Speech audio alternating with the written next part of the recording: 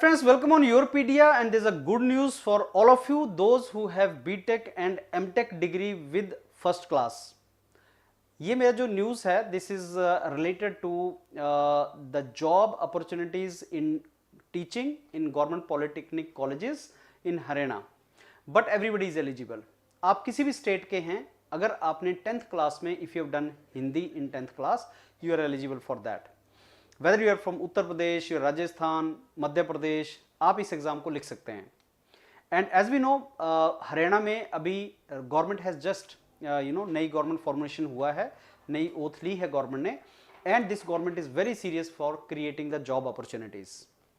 Late me tell you, Haryana public service commission is recruiting many professionals very meticulously, very transparently. Yourpedia ने I think this is the 6th exam in 2 years which Yourpedia is covering for Haryana Public Service Commission and for people of Haryana and outside Haryana. सबसे पहले आपका lecturer का exam हुआ था, यही वाला exam I think 2-3 साल पहले ये एग्जाम हुआ था.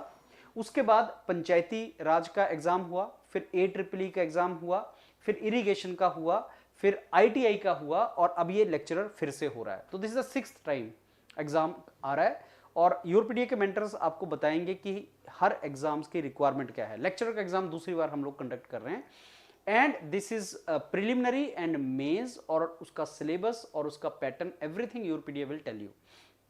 Very meticulously we have covered that. So Haryana में एक और अच्छी बात यह है कि जो हम देखते हैं, इंटरव्यू भी होता है, तो there is a preliminary, there is a written screening बोलते हैं उसको, फिर मेंस होगा, फिर इंटरव्यू होगा, और इंटरव्यू के बाद जब फाइनल सिलेक्शन होती है, हमारा इंटरेक्शन पड़ा होगा, हमारे चैनल्स पे भी पड़ा होगा इंटरेक्शन. सो इंटरेक्शन के बाद ये पता लगता है कि हरियाणा के बाहर के लोगों से, आई रिमेंबर मैंने राजस्थान, मध्य प्रदेश, ऐसी स्टेट्स के स्टूडेंट से इंटरेक्शन किया है जिनकी सिलेक्शन हरियाणा में एज अ लेक्चरर हुई है, और अब हम इनसे और भी इंटरेक्शन करके आपको और भी इनपुट ऐसे कैंडिडेट्स का दिलवाएंगे. तो ये बहुत अच्छी अपॉर्चुनिटीज़ है ऑल ओवर इंडिया के स्टूडेंट्स के लिए. And before I go forward, let me tell you, अगर आप इस एग्जाम के लिए सीरियस हैं, बिकॉज नवंबर में आपको फॉर्म भरना आई थिंक आप स्टार्ट करेंगे, और 1 मंथ का विंडो है फॉर्म भरने का, और एग्जाम होगा, तो आप योरपीडिया का ऑलरेडी बहुत अच्छा मॉड्यूल इसका है, you can prepare with Yourpedia mentors. Let me start now. ये जो आपका एडवर्टाइजमेंट नंबर है दैट इज 72, एंड ये आज ही एडवर्टाइजमेंट आया है, और higher education department in directorate of technical education group B post है. रफली ये समझ लो पॉलिटेक्निक लेक्चरर का पोस्ट है, और काफ़ी अच्छा पोस्ट है. ये सारी के सारी पोजीशंस हैं, इसमें सम पोजीशंस आर वेरी गुड, जैसे मतलब नंबर बहुत अच्छा है, पोजीशन तो सारी अच्छी हैं, लेकिन नंबर बहुत अच्छा है. जैसे सिविल इंजीनियरिंग में total number of positions if you see, lecturer in civil engineering, lecturer in computer science, 36 lecturer in computer science, बहुत अच्छा ऑप्शन है. और इलेक्ट्रिकल में मैक्सिमम है, 40 नंबर ऑफ सीट्स है जो इलेक्ट्रिकल के अंदर है, बहुत अच्छी पोजीशंस, और मैकेनिकल में 30 है. तो ये नंबर आप देखिए, और इंस्ट्रूमेंटेशन एंड कंट्रोल वाले कैंडिडेट्स को भी 20 है. तो सिविल इंजीनियरिंग में हाँ, ऑटोमोबाइल बहुत अच्छा अपॉर्चुनिटी, ऑटोमोबाइल वाले कैंडिडेट्स को कंपटीशन कम होता है. ऑटोमोबाइल में आप देख रहे हो 15 पोजीशंस हैं, सिविल में 21 हैं, कंप्यूटर साइंस में 36 हैं, इलेक्ट्रिकल में 40 हैं, उसके बाद इंस्ट्रूमेंटेशन एंड कंट्रोल में आपका 20 है, मैकेनिकल में 30 है. सो ये बहुत ही अच्छी नंबर ऑफ सीट्स जो आप इसके थ्रू एक्सप्लोर कर सकते हैं.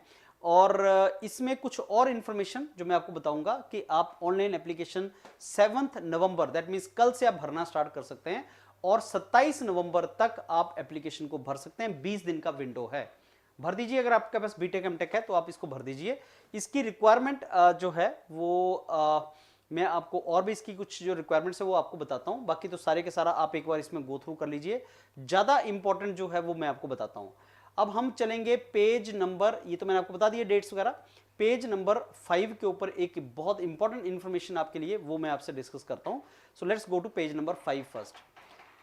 हाँ जी, क्वालिफिकेशन, इसेंशियल क्वालिफिकेशन क्या है, पेज नंबर 5 पे देखो आप, इसमें ये एग्रीकल्चर है, आर्किटेक्ट है, सब के लिए सेम है.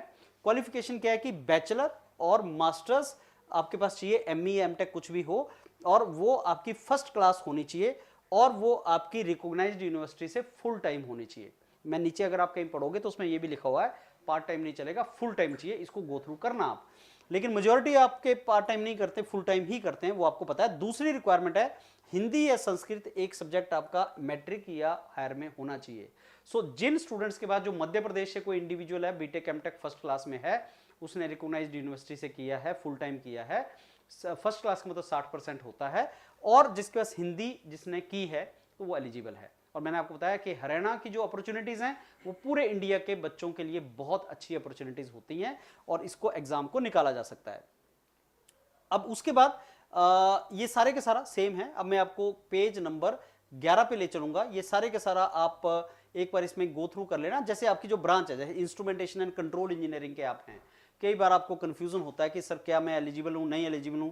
साफ लिखा हुआ है आपकी degree instrumentation and control engineering या इलेक्ट्रॉनिक्स एंड इंस्ट्रूमेंटेशन इंजीनियरिंग या applied electronics and instrumentation engineering में होनी चाहिए। तो इलेक्ट्रॉनिक्स एंड कम्युनिकेशन इंजीनियरिंग कहीं लिखा नहीं है इसके अंदर, तो ये देख के आप इसको ढंग से पढ़ के तब करना है।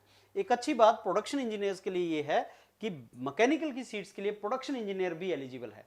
तो अगर आपके पास एमटेक एमई प्रोडक्शन इंजीनियरिंग की बीटेक एमई है, दोनों अगर प्रोडक्शन में, तो आप अप्लाई कर सकते हैं, nothing to worry on that.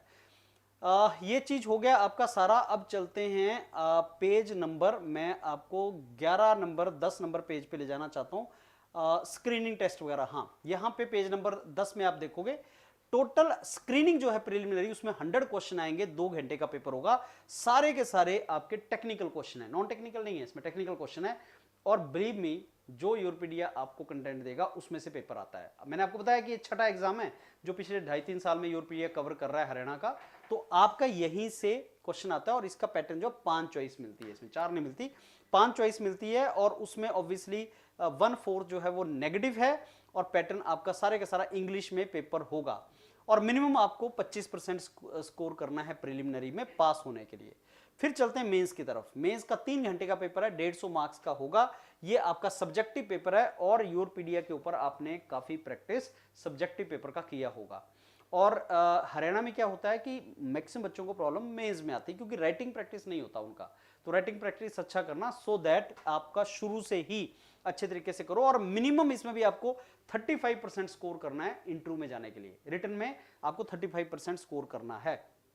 और उसके बाद जो आपका सब्जेक्ट नॉलेज है, इसको ये सब्जेक्ट नॉलेज बोलते हैं। जब आप इंटरव्यू में चले जाएंगे, प्रीलिम के मार्क्स काउंट नहीं होते, इंटरव्यू में जब आप जाएंगे तो इसका 87.5% है और इंटरव्यू का 12.5% है। और इंटरव्यू में ज्यादा नंबर ऑफ टाइम्स बच्चों को वो नहीं बुलाते, 1:2 1:3 की रेशियो होती है, नॉट दैट। तो मत मान के चलिए आप, ये आपका मेंस का जो एग्जाम है वही मेन आपको यहाँ पे स्कोर करना है। इस तरीके से आपका ओवरऑल फ्रेंड्स ये एग्जाम है।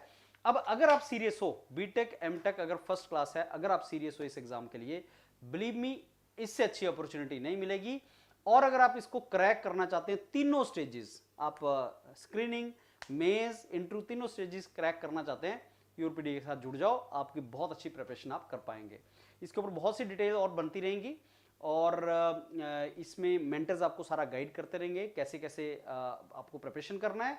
एंड डेडिकेटेड जो हमारा इंटरव्यूज हमारा लेक्चरर का ये चला था, जो मॉड्यूल चला था, उसी मॉड्यूल को एक बार रेफर भी आप कर सकते हैं, और उसी मॉड्यूल के ऊपर आप तैयारी और भी कर सकते हैं। ऑल द वेरी बेस्ट, पूरी तरह से एफर्ट लगाओ, so that you can crack this and you can get really good government job in teaching. Thank you.